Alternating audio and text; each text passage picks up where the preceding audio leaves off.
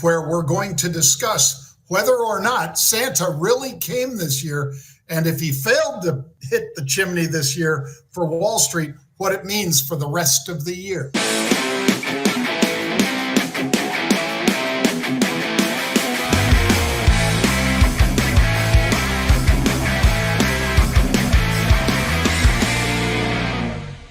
Welcome back, everybody. Pete Najarian and I welcome you. In fact, I forgot to do my little clap. Yep, it's official. That was the first clap of the new year, by the way, Pete, other than that clap. Welcome to the Rebel's Edge, everybody. He's Pete Najarian. I'm John Najarian. Jared is handling all the difficult tasks, which include the date on the bottom of the screen here. Because he improved on that already. Yep, he improved on that already because just like many of us might do on the first check of the new year, you might forget to write 2024 instead of 2023. We're exactly where we should be. So let's get started, Pete. Let's kick it off with the macro minute. The first 5 days of the year, there's an actual indicator, according to Yale Hirsch of the Trader's Almanac fame, that if Santa Claus should fail to call, bears may come to Broad and Wall. And Broad and Wall, of course, is where the New York Stock Exchange is. And the Santa Claus rally was right up until the end of the year, Pete, and then we started to feel a little shaky about what the Fed might do, about what Bitcoin might do and be approved, not approved with the ETF, the spot ETF, and so forth. And so the 5-day indicator, it's up in the air right now, Pete, whether or not the first 5 days of the year are going to be bullish, or given that the first 2 days weren't. Today, we've got a decent rally out of the Dow, but the NASDAQ hasn't been able to turn things around. NASDAQ's having a little bit of trouble, John. You're exactly right. The Dow, on the other hand, led by financials and those that were beat up last year, like healthcare, certainly adding to what we're seeing there. But you're exactly right. I would say this. You brought up a couple things. You brought up the Fed and you brought up Bitcoin. So I'm going to stick with Bitcoin for a moment. You want a little bit of volatility in your life? We've been talking about the VIX at a 14. How about this? Bitcoin. Now, Bitcoin, this movement back and forth, John, has been absolutely extraordinary, I think, so far. Just in the last, give it maybe 3 days, 5 days, even just, the first couple of days so far of 2024, we've been up and down and all around. And I think a lot of folks are kind of chasing this thing around, trying to figure it all out. But let's just call the range 41,000 to what? Maybe 45,000? Kind of an interesting move so far out of Bitcoin. Yeah, and just as Pete has said repeatedly, folks, one of the best ways to trade it might indeed be those stocks that are levered, if you will, to Bitcoin with the digital assets like Mara, like Riot Blockchain, like MicroStrategy, and so forth. Not all of them are miners. MicroStrategy, of course, is not a miner, rather. They're just a buyer because of that crazy Michael Saylor who has been dumb like a fox because he kept buying it all the way down, Pete. And now that it's back up over 40, he's looking pretty good. All right, let's talk about fantastic futures. Fantastic futures. I'm glad I didn't put crude oil in here, Pete, because I would have had it up. But instead it's reverse course and it's down. But you know what is up? Interest rates. Because bonds trading down means interest rates up. They move in opposite directions. You guys know that. Probability of a rate cut by March was down to 76%. Now that's the probability of a rate cut. That's not the same as the Fed tool over at CME, but it was 87% the previous day and 96% coming into the year. 96%, Pete, that we were going to see a rate cut by March. I don't think either of us bought into that. No, that was a lot of guys, I think, trying to massage things in the direction that they wanted to see things happen. There was never any indications. And I'm a guy who's been on this forever, but I've listened to Powell. Powell says he's data dependent. I tend to believe him. I think he's transparent. I believe him about that. So I'm not sure how they come up to that, but always interesting, John. I'm going to give you for Fantastic Futures what I started off with on the top there, though, VIX. Now, the VIX has been steadily kind of climbing back up towards that 14 level, John. We've dropped a few times. We've gone from 12.5 to 14. We pulled back to 12.5 again. Now here we are knocking on the door again at 14. I think that's something that people should really take note of and keep an eye on, because we all know that these markets are a little bit interesting, especially here at the beginning of the year. I can tell you this, the volume so far, it's 2 days, so let's not get over our skis too much, but in 2 days, the option volume is more, once again, than it was year-to-date last year, where we averaged about 44 million. So far in these first 2 days, we're averaging a little closer to 45 million contracts a day. So a lot of volume in terms of that. We're going to see, I think, a lot more, John, as we get deeper into things, especially as we get closer to the start of earnings season, which is not that far away. Not far away at all. And for weeks, Pete, the couple weeks at the end of the year when you were enjoying some beach time, Mark and I were hitting a different biopharma every day. And one of the reasons, you guys know this, but one of the reasons was the JP Morgan Healthcare Conference is the first big event of the year, every single year. And it will precede earnings and everything else. And a lot of the bets that were placed weren't just about, for instance, mergers and acquisitions, Pete. It was about, okay, who's doing well in their phase 1, 2, or 3 trials, and who's failing in those same trials. And a lot of that comes out at the JP Morgan Healthcare Conference. That'll be interesting to watch. All right, let's talk about Mobileye, Pete, because this is an autonomous driving, bet. MBLY was down 30% early on. It's still down 26%, so it's not seeing much of a bounce. They basically had to say that we're taking down our estimates pretty substantially for at least the first half of 2024, and that's why they're down 26%, a big drop for a multi-billion-dollar player in autonomous driving. And today, John, hitting 52-week lows down there at 28. It bounced off of that a little bit, I think, but who knows? But this is something that under pressure, they're talking about excess. They're talking about their sales estimates. They're talking about things, their revenue looking like it's going to be, maybe only just 50% off of whatever it was last year at this time. So there's a lot of things to unpack here, but all of them seem to be very negative and pointing in a negative direction, John. The cash, by the way, the free cash flow here is not a flow, it's a burn, and that burn rate is absolutely outrageous. So there's a lot of really good reasons why, when you look at this name, that it's down as much as it is. I don't think this is one of those that you need to be the first guy in either, John. I don't think that's the way I view this at all. They've got to show us something, and they've got to, obviously, all of their customers have to get through that excess. So until that happens, this is a name that I'll, of course, look at every day, but I'm not necessarily ready to jump in. Yeah, I think that's smart.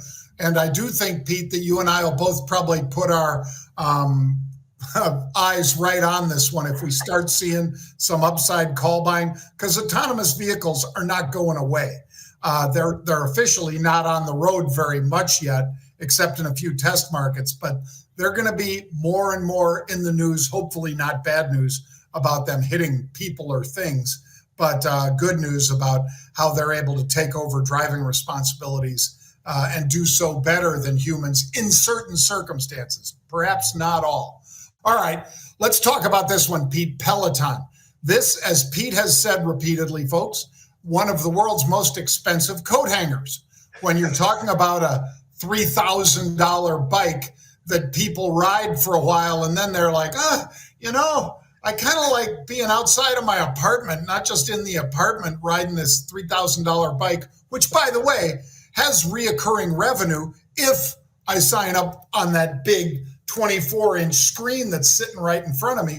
I can participate in classes and all that, but this one has struggled mightily in the last, let's say all of 2023, Pete, even with rumors that maybe Amazon was taking a look at them or whatever. But today they get a big jump, 6% jump, because they're going to partner with TikTok to create an exclusive, that's the key here, Pete, workout content hub.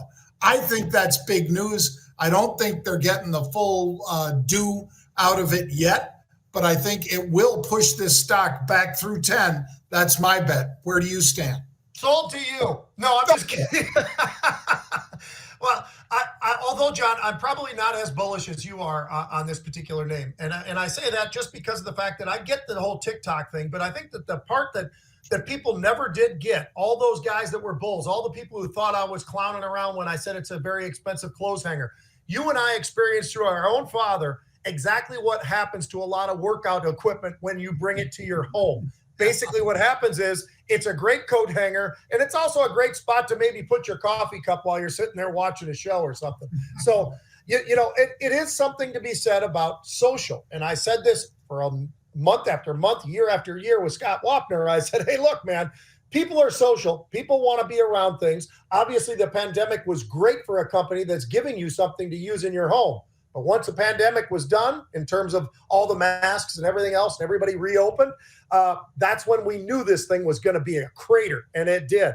So as I look at them, John, one of the issues that I still have, their burn rate is also outrageous. When you look at what this company does, they still have lots of shorts as well. They got like 12, 14% shorts, less than it once was.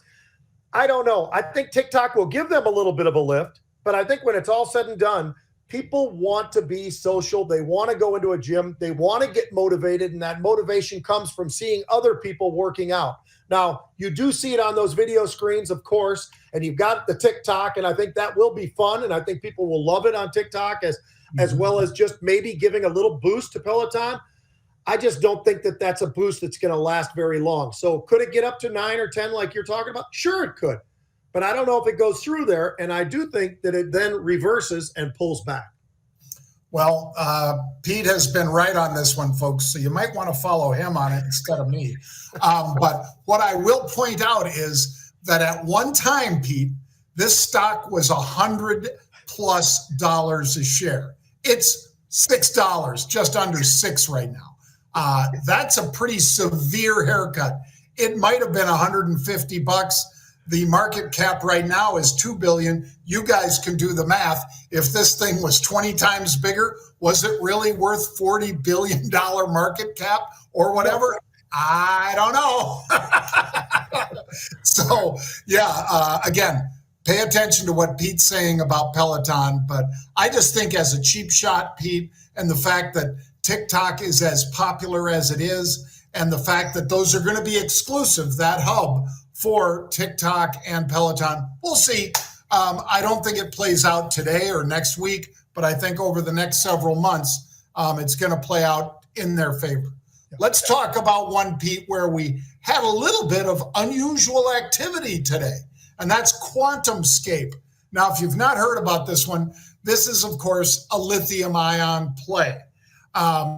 You've got pure lithium-ion ways to bet on the EV market, because that's what most EVs are running on, lithium-ion batteries. Some are going to be running not on EV, not on electric voltage and so forth, but rather they're going to be running on hydrogen and so forth. But this one, Quantumscape, is a bet on lithium metal solid-state batteries.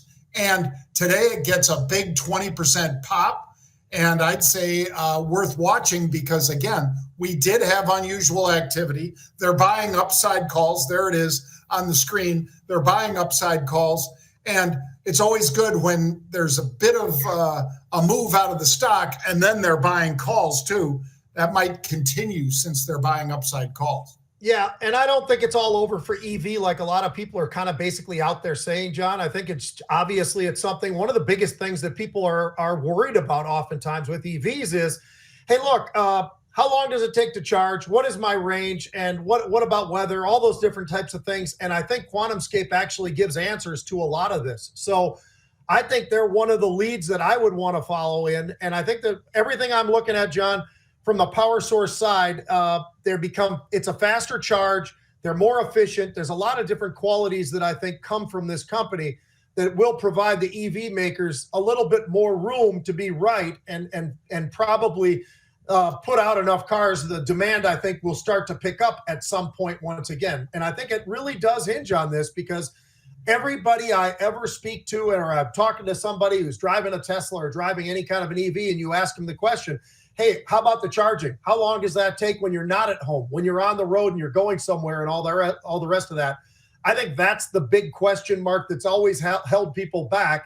If they're more efficient, if the charging's faster, I think this is something that really does answer those kinds of questions and does bring people back to the EV space. So check out QS, folks, Quantumscape on that. I'm involved in a bunch of lithium ion players. I'll tell you more about that as the year goes along, but this is one that I have definitely traded a lot of, is QS, Quantumscape. All right, let's talk about Walgreens Boots Alliance, Pete, WBA, because they beat Wall Street expectations for Q1. Great. And they kept full year guidance, but they had to cut their dividend, Pete. And this might have been a shrewd move on their part after a little bit of a run that the market had into the end of 2023. But the pharmacy benefits manager that came over from Express Scripts is now the new CEO over here. And he said, you know what? I think we should hold on to some of our cash. Let's cut the dividend, even though we know we'll get punished.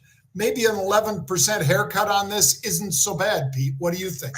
Right. I agree with you, John. But I'm looking at, one of the other things I think this new CEO is looking at, he's looking at the debt. I mean, you look at this company and you go, holy crap. I mean, the amount of debt that they've got is absolutely extraordinary. So cutting that dividend, giving them the opportunity to do other things, whatever that might be. But, that 50% cut does affect a lot of people who are going in there for the dividend, right? And the reality is, you and I talk about this all the time. If that's your only reasoning, though, or if that's your primary reasoning is a dividend, that's a problem, in my opinion, from an investor's standpoint. Because, John, if you've got a 5%, just throw it out there. You got a 5% dividend yield. That's fantastic, right? I mean, hey, at the end of the year, I get 5%. Unless the stock goes down, if the stock doesn't perform very well and suddenly it's down 10%, how's that 5% doing? Not that great. And a lot of the time, it's that dividend yield that sucks people in. And I think in this case, one of the other things that I was looking at here, John, that really did surprise me, this has a short interest here in Walgreens. I never really expected that. This isn't one of those names where you say, hey, look, this is like a Peloton, or this is like an AMC, or this is like, any of these names that we talk about all the time that have got 5, 10, 15, 20% short interest, whatever it might be. These guys have about a 5% short in Walgreens. So that was a little bit of a surprise. Those shorts ought to be very, very happy about today. I think they probably should start considering whether or not they want to maybe cut back that short just a little bit. So I actually think that at this level, I think Walgreens is probably a pretty good deal. And when you compare them, Pete, to, for instance, CVS, obviously a direct competitor, two biggest guys out there, Walgreens Boots Alliance, WBA, and CVS. But CVS only pays a little over a 3% dividend. So Walgreens up there at 7.5% seems more like a REIT sort of dividend than it seems like a dividend for a pharmacy benefits manager, or whatever you want to call them these days. So, yeah, I think it was probably the right move. And after the dust settles, maybe give it another day or two, I think you jump back in to WBA. All right, let's jump into Pete's Red Zone Sports, folks. Pete, what part of sports has tripped your interest today? Well, today, John, because we're right there pushing up against the end of the NFL season, and then you get into the playoffs and everything else. So I think it's pretty interesting because it's gone back and forth throughout this year, but the MVP is most likely, everybody's talking about it, is a lock for Lamar Jackson. And you know what? They're probably right. The one thing that does push against this whole thing, however, John, is they've never had a quarterback who has had he's not in the top 10 for yards. He's not in the top 10 for a couple of other categories. And yet, because the guy is such a dual threat and his team is absolutely dominant, and the fact they went out and they beat San Francisco pretty good against a couple of guys who I also put in the category of MVP candidates. I think Brock Purdy, he can stand up with everybody. Did he have some bad games here towards the end of the year? He did have one, certainly threw too many interceptions in one of them, but 31 touchdowns, 11 interceptions, 4,200 yards for him. It's a pretty damn good season. He also had a perfect game, essentially, John. So Brock Purdy definitely is deserving, I think, still. I think McCaffrey, everything that Christian McCaffrey does has been absolutely extraordinary for the 49ers. But all that being said, if you take Lamar Jackson away from Baltimore, are they still anything even close to 13-3, or are they maybe 3-13? And that's how good. And John, I think you and I, one thing we 100% agree on, I love the kid. He won a Heisman. He stayed in school. He didn't get it the next year, but he goes off. He gets the Super Bowl. He gets all his money. And you know who negotiated all his money? Probably the smartest agent there is in football, himself. The guy went in there and saved that money too. And I just appreciate everything about this kid. I call him a kid, but he's getting a little bit older. But John, this guy could keep on doing it. When you look at what he does when he's running the football and the fact that you're a dual threat quarterback who is smart enough not to get hurt. And that's the key. Some of these guys, you know, they try to think they're a running back. Lamar runs still like a quarterback, but probably the best running quarterback I've ever seen. But nonetheless, he knows when to step out of bounds. He knows when to slide. He knows when to do all those things. I think Lamar's got this thing wrapped up, John. How about you? Well, 26 years old too, Pete. I mean, think about it. You've got Aaron Rodgers and Tom Brady both playing into their 40s. This kid, as you called him, is a kid. He's a young guy, and I just love him. And his numbers, they're not at that same level as, for instance, Dak Prescott or some of the other guys, you know, like Josh Allen. But so his numbers, here they are, Pete. 3,600 yards, 24 TDs, only 7 interceptions. That's pretty phenomenal. And then you look at Prescott, who had his career year this year, and he deserves the accolades. Prescott was 4,200 yards, so 600 yards more, 32 touchdowns, significantly more touchdowns, obviously, and only 8 interceptions. He stopped making those big mistakes this year, Pete, throwing to the guys in the wrong color jerseys that kind of, you know, made him a laughing stock over the last several years. But then you look at, you know, guys like Josh Allen. Josh Allen's numbers are always spectacular, but his team is not. And some of it is there's a lot of injuries on that team. Some of it is that they've kind of figured out that this guy really does like to run. And as big as he is, he's able to survive the hits, and he takes hits. He doesn't, like you say, Pete, he doesn't step out as much and doesn't slide as much as Lamar. He takes hits because he's 245 pounds. He is a big kid. But, yeah, there is no competition this year in terms of who should win it. It should be Lamar Jackson. He deserves it. He's going to walk away with it. And unfortunately, stellar players like Christian McCaffrey aren't even in the running. Yeah, Christian McCaffrey, I'll tell you, he's a superstar. And I do view him as probably one of the best players in the NFL. But when you go up against the Lamar Jackson, what he was able to accomplish this year with the offense at Baltimore, John, and they had a lot of injuries throughout the year, both on the offensive line. They lost his tight end. They had to switch around with a lot of different receivers at times. So you just got to look at Lamar Jackson, although he does have a great defense again. Baltimore's finally got back into that defensive mindset as well. All right, how about the national championship game, John? I know we'll probably talk about it Monday anyway, but we got to hit it right now, man. I mean, we've got Washington, 14-0. We've got Michigan, 14-0. Washington's the Pac-12. We're the Big Ten. And with Michigan, by the way, both are in the Big Ten next year. So it just shows you the power of the Big Ten just got a lot better with them. Oregon, USC, UCLA. It's going to be a freak show in the Big Ten next year, John. It should be really, really great. But who wins this game? So you've got Washington 14-0. They don't really have a great defense, but they certainly do have an offense that can put up a lot of points, and that's where they shine. On the other hand, you look at Michigan, John. They are the best defense in college football when it comes to points they've given up. And they're somewhere in the top 2 in just about every single category on defense that you can find. And oh, by the way, they have a pretty decent offense too. They got, I think, one of the best offensive lines in college football. They've got a kid who runs the ball who's kind of got a little bit of that Barry Sanders in him, in Corum.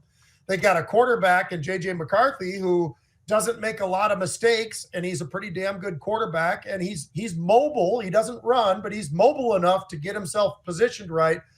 This should be an unbelievable game, but where do you see it going, John? Because as of right now, I got to take a quick look again. 4.5 points Michigan's favored by. Does that seem like the right kind of a line to you?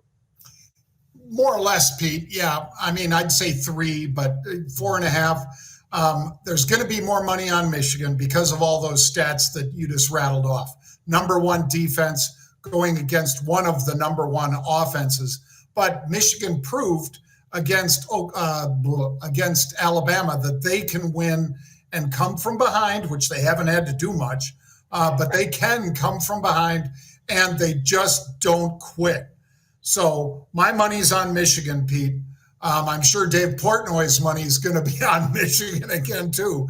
And if they can do to the Washington offensive line what their defense did to the Alabama offensive line, because 5 sacks in the first half, oh, my God. You know, if they hold Penix in and then they come up the middle with the pressure as well, from 52 and some of 55, a couple of those big horses coming up the middle. Penix is going to be in a world of hurt, Pete, if that's the case. They're going to have to find a way to slow down that rush. And are they going to do screen passes and sprint draws and things like that? They're going to try it. But if those get snuffed, then I don't think Penix is going to have a Penix-like day against Michigan's D. So I love watching him play. The kid, came back from injuries at Indiana and got out there and was one of the top players for the Heisman, deservedly so. But I think it's going to be, Pete, Michigan walking away with the trophy this year. And I think Harbaugh stays, by the way. I don't think he goes anywhere because everybody thinks, oh, yeah, if he wins this one, then he's going to go back. The only thing he doesn't have on his shelf is the Lombardi. I think, no, he loves Michigan. They'll pay him whatever he wants. Mr. Ross will pay him whatever it takes to have him stay. And I think he'll be very satisfied doing what he does at Michigan with that team. So that's my play. How about yours? I'm with you. I think defense does oftentimes dictate a lot, and I think that defense is good, but their offense is extremely good. And one of the things I love about Jim Harbaugh, and I'm saying this as a guy who used to not like him very much, definitely didn't like the University of Michigan very much, but I fully respect what he has done because he has a Bo Schembechler offense where he's got 3 to 4 tight ends at all times on the field, and he's going to bust guys right in the mouth on his offense, and they're all big. They can all run. They can all catch the football, but it's a different style that nobody else ever wants to go to, and it's foolish, in my opinion, that they don't. So I give him all the credit in the world for saying, you know what, you guys do your thing. I played for Bo. We did pretty well with this method. I'm going to do it. He did it at Stanford, did it at San Francisco, did it when he was all the way down in San Diego. This guy understands offense. He understands how you put people in a bad position with bigger players, more aggressive players with those tight ends. I give him all the credit in the world for doing that and been doing it at Michigan for a while. If he walked away, the problem I have, John, is who does Michigan hire? I mean, honestly, if he were to take the Bears job, for instance, let's say the Bears fire the head coach, he takes the Bears job. A lot of people are throwing that out there. The problem that I wonder about, though, is I can't figure out where do you go for the next, coach at Michigan. I really can't quite figure it out. And they would be missing him big time. So when you bring up Mr. Ross and you bring up some of the pay, not that Jim's just there for the money, but everybody likes a little bit more money. So I think that they might be able to sweeten that pot pretty good, John. Yeah, and Pete, I don't think the McCaskies are famous. Butkus said this about Hallis, who ended up marrying a McCaskey. He throws around nickels like they're manhole covers. And nothing is further from the McCaskey's mind than paying up $12 or $20 million a year that it would take to lure Harbaugh over there, if he even could. So I don't see that playing out at all. We'll see. Run the tape back, Jared, if indeed he signs with the Bears, because I can't see them playing with Jim Harbaugh as the coach without getting at least 15 to 20 million a year. And that on a 10-year contract, the Bears are too cheap. They'd never do that, Pete. I agree with you. I think he's back at Michigan, but he might get tempted. Who knows? You know, he might have gotten frustrated from this year and all the different issues that Michigan faced early on and throughout the year and everything else. But I think he stays too, John. So I don't think that's a worry, but I think he might get a little bump in pay. So, folks, make sure that you tune in at 2 p.m. Eastern time today. Why? Because Pete and I will be on with Charles Payne. We were on with Liz Clayman on Tuesday this week, first trading day of the new year. Liz was a great host for us. And we're going on with another great host, Charles Payne, 2 p.m. Eastern time today on the Fox Business Channel. You're also seeing an awful lot of our commercials on there too, right about now for the new book, It's Not an Option. And keep in mind, folks, if you want to learn to trade and invest with options, not just take wild shots, but learn how to manage your risk and trade, well, it's not an option to just sit there and trade stock anymore. You should learn options. Even if you only make them this much of your portfolio, you should start learning to trade with options because it's a smarter way to trade. So check it out. It's Not an Option. And Pete and I will be back Monday, 1 p.m. Eastern time.